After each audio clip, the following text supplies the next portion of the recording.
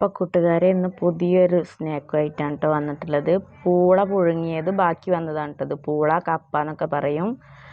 അതിലേക്ക് നമ്മൾ സവാള അരിഞ്ഞതും കറിവേപ്പില അരിഞ്ഞതും ഉപ്പ് ചേർത്ത് കൊടുത്തിട്ട് ബാക്കി നമ്മൾ ഇതിലേക്ക് മൈദയാണ് ചേർക്കുന്നത്. അത് നമ്മൾ ഈ കപ്പയുടെ വെള്ളത്തിനനുസരിച്ചിട്ട് മൈദ ചേർത്ത് കൊടുക്കുക കേട്ടോ. നല്ലോണം ഒന്ന് മിക്സാക്കി എടുക്കുക. പിന്നെ നമ്മൾ എണ്ണ ചൂടായിലേക്ക് ഇത് നുള്ളി ഇട്ട് കൊടുക്കുക. എരിവ് ആവശ്യമുള്ളവർക്ക് പച്ചമുളക് ചേർക്കുക കേട്ടോ. ഞാൻ കുട്ടികൾക്കായതുകൊണ്ട് പച്ചമുളകൊന്നും ചേർക്കണില്ല. അപ്പോൾ നമ്മളിതിങ്ങനെ നുള്ളി ഇട്ട് കൊടുക്കാം. നമ്മൾ സാധാ പൊക്കവട ഉണ്ടാക്കണ പോലെ ഇതങ്ങനെ ഈസി ആയിട്ട് ഉണ്ടാക്കാൻ പറ്റില്ല. അപ്പോൾ ക്ഷമയോടെ കൂടി തന്നെ ഇത് നുള്ളിയിടണം. നമ്മൾ ഒരു സൈഡ് കുറച്ച് വെന്ത് കഴിഞ്ഞാൽ ഇതൊക്കെ ഒന്ന് മറിച്ചിട്ട് കൊടുക്കുക കേട്ടോ. പുറം ഒന്ന് ക്രിസ്പി ആയി കിട്ടിയാൽ മതി. കാരണം വേവിച്ച കപ്പയാവുകൊണ്ട് നമുക്ക് കൂടുതൽ വേവാനൊന്നുമില്ല. അപ്പം നമുക്ക് വേഗം പരിപാടി കഴിയും. അപ്പോൾ നമ്മുടെ കപ്പ പൊക്കവട ശരിയായിട്ടുണ്ട്.